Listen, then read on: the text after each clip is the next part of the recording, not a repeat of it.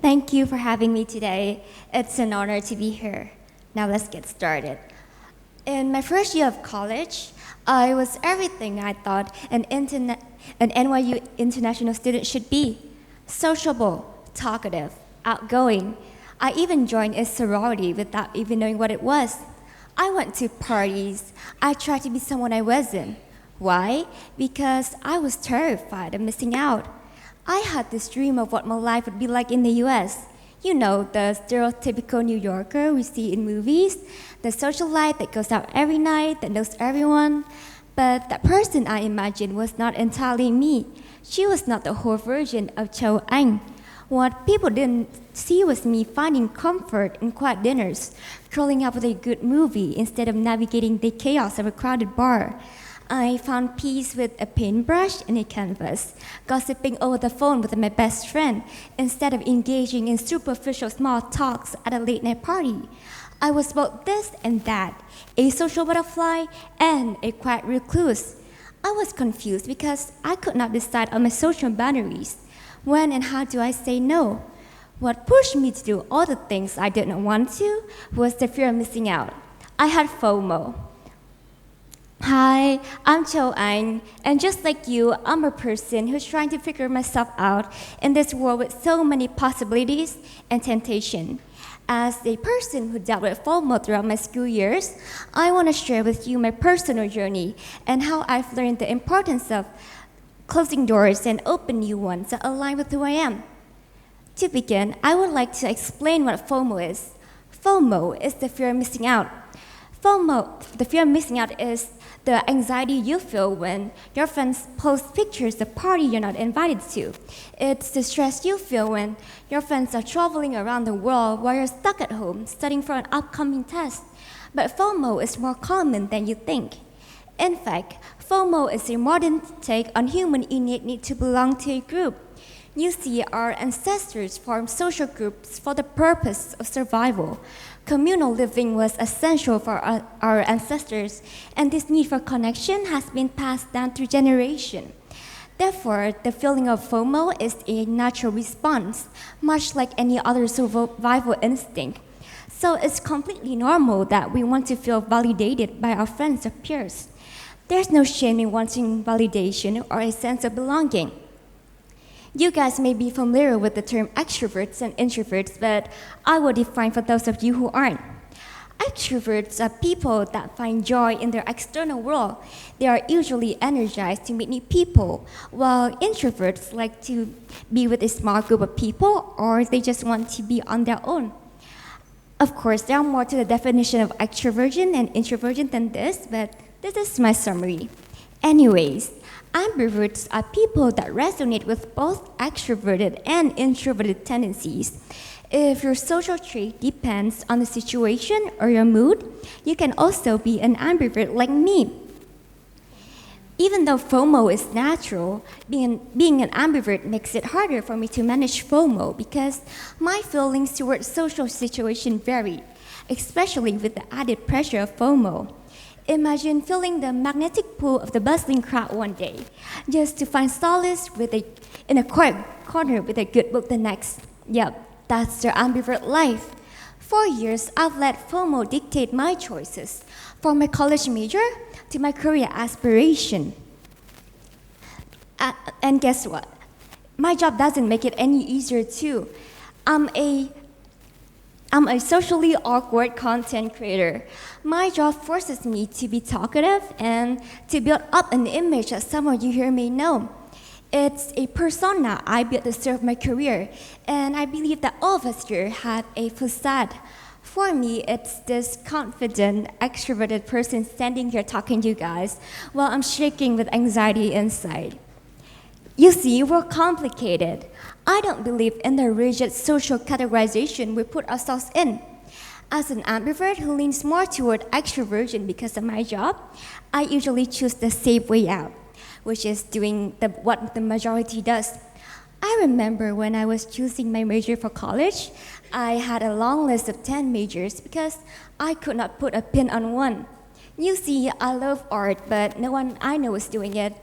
All my friends were doing computer science, business, economics. Eventually, I chose a combination of what I wanted and what I think society expected, which was integrated design and media, a combination of art and technology.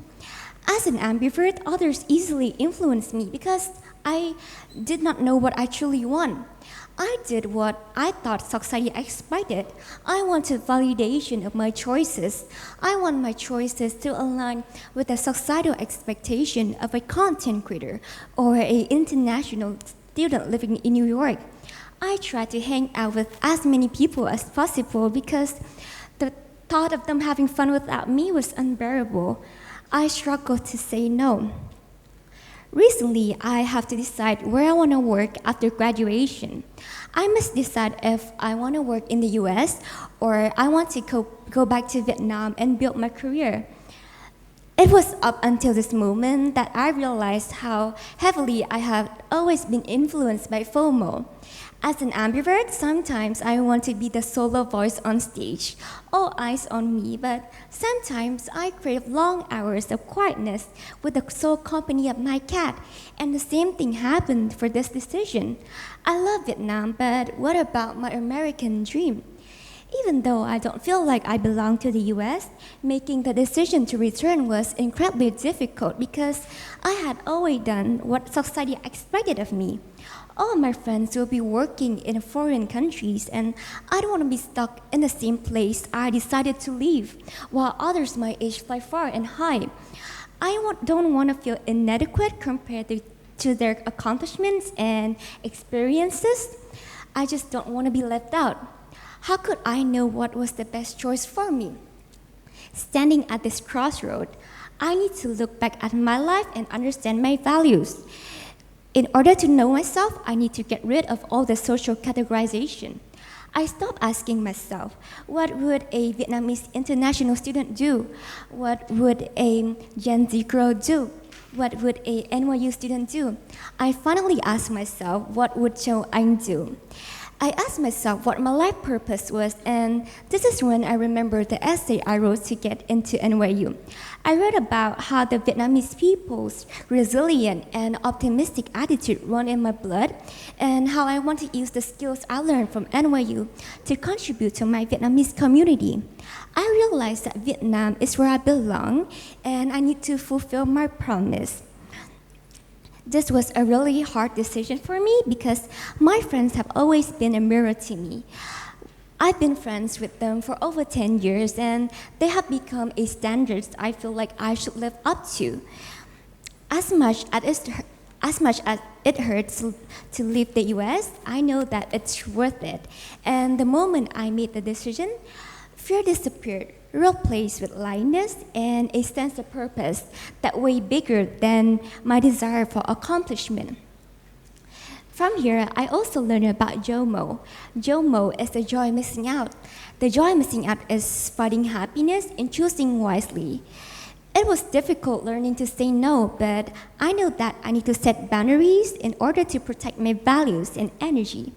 It doesn't matter whether you're an introvert, ambivert, or an extrovert, there will be times you need to prioritize your own needs over others. To start practicing JOMO, we can start by doing things that bring us genuine joy and values instead of doing things we feel obligated to.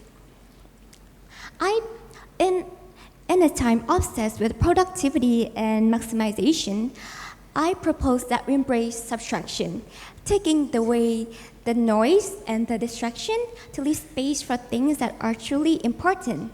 And it's up to us to decide what we value. I believe that there's no such thing as a perfect decision. Every choice is a sacrifice. For me, I sacrificed my dream of living in the Big Apple to go back to Vietnam to build something that contributes and gives back. And on this journey of self-discovery and acceptance, I hope to find a middle ground where I can thrive both socially and personally. And guess what? closed doors aren't locked. I know that I can open them up again one day and go through them again if I choose to. This is another lesson I'm still learning right now. No decision is forever. The fear tells us that missing out on something right now means that we're losing or wasting our lives, but that's simply not true. Don't listen to the fear. So the next time you're scrolling to social media, battling with that FOMO monster, I urge you to ask yourself, what would bring me genuine joy and values? I hope that we can be all brave enough to let go of things that no longer fit us. Because in a world obsessed with highlighting every peak moment, there is a quiet revolution brewing in a simple act of choosing yourself. And trust me, this experience is worth having. Because within each of us, there already exists a world full of infinite doors and possibilities. Thank you.